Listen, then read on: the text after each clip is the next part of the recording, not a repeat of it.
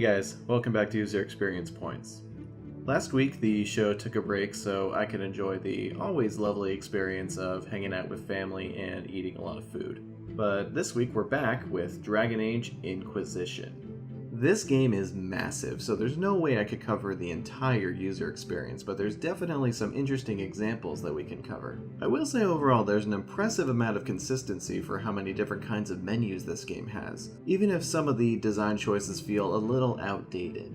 That said, the first thing we're going to talk about is the game's very modern onboarding process.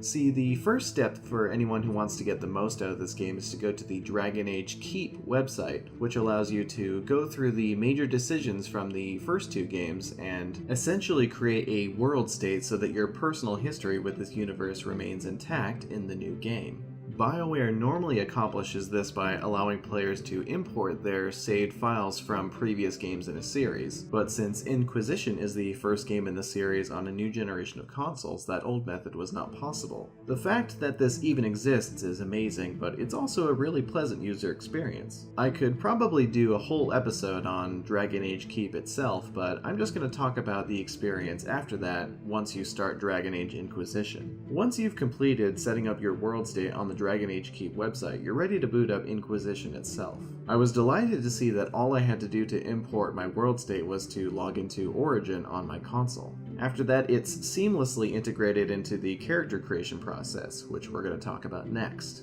After you've chosen your race and class, you're dropped right into a very complex character editor.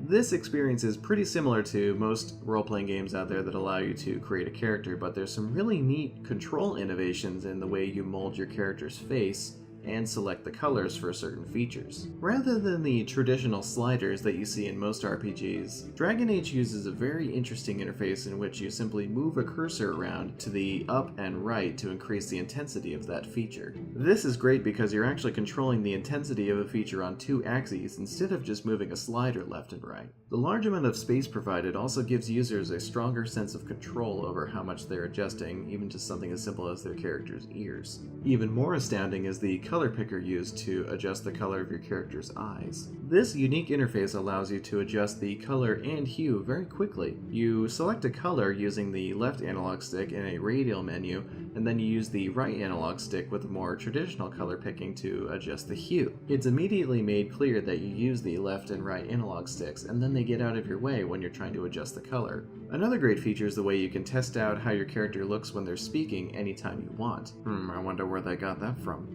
Next, I have to briefly mention the options menu because it has amazing descriptions for all the different toggles and choices you can make. You can tell by the way these are written that BioWare has done some user research and they know what they need to assure players of. For example, with the hide helmets option, it's clarified that helmets are always hidden during dialogue sequences, which could be the only reason someone would have selected that, but knowing that, would be happy to keep it on. I keep it on because, seriously, look at this hat.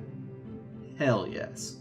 The map screen is excellent. I'm very impressed with the way that you can highlight a specific region and then toggle between any quests that you currently have active there. This allows you to efficiently scope out your next destination without zooming into each region and checking on all the little icons. Further enhancing this experience is the way that your tracked quest icon appears on the region that it's in. Once you're in a region, you can select any icon to track the quest that's associated with it, giving you a clear waypoint to your next destination. You can also set a manual waypoint anywhere on the map. This is especially helpful if you're tracking a collectible quest that has multiple icons on the map, since you can set a manual waypoint on any one of them to better chart your route. My only complaint is the way the button prompt for switching between the world and region map is located at the top of the screen and separated from the other controls at the bottom. This has led to me hitting the circle button on the controller, which is labeled as back, many times, which backs you out of the map entirely instead of toggling. This is also done for the button prompt for switching your gender in character creation. I would be curious to see if this decision was informed by user testing, because this could just be a personal thing.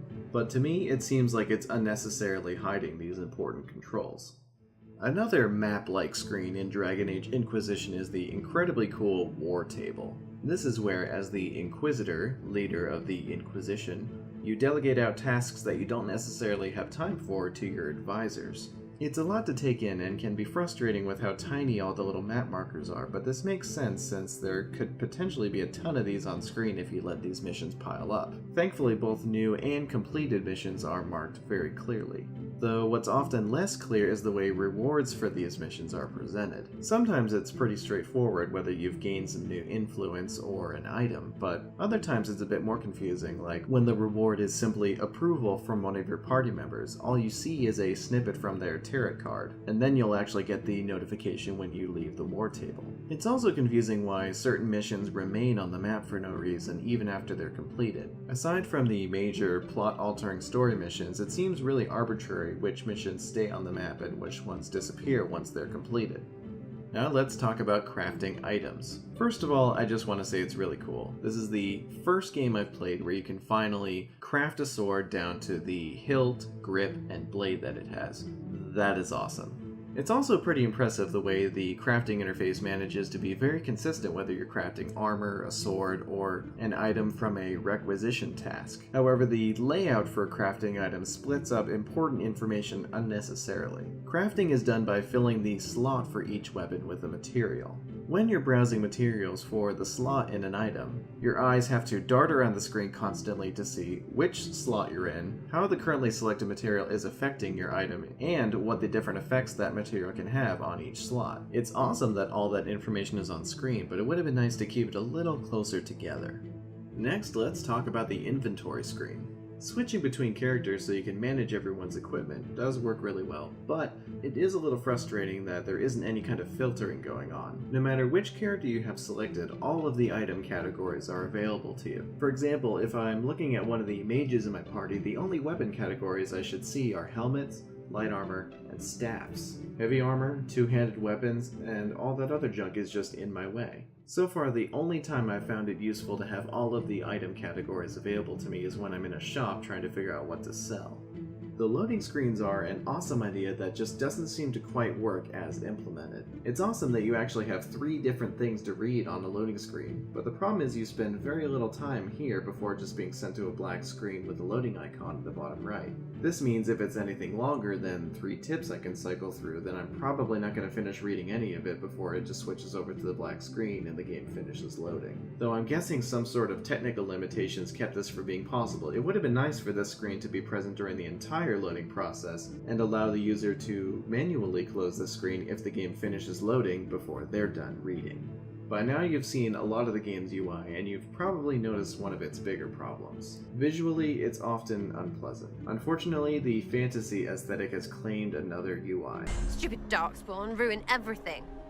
Text is often way too small or difficult to read because it's put on dark backgrounds. I totally get wanting to integrate the UI into the game's world, but legibility should always come first. This isn't a huge problem, and it becomes less and less of one the more you play the game and get used to it. But as we've seen with Skyrim, there's nothing wrong with using a clean, legible UI for a fantasy game. That goes for you too, Dragon's Dogma, as much as I love you. Which is a lot. And that wraps it up for this week. Thank you so much for watching. UXP is back on its regular schedule, so you can expect another episode next Friday. See you then.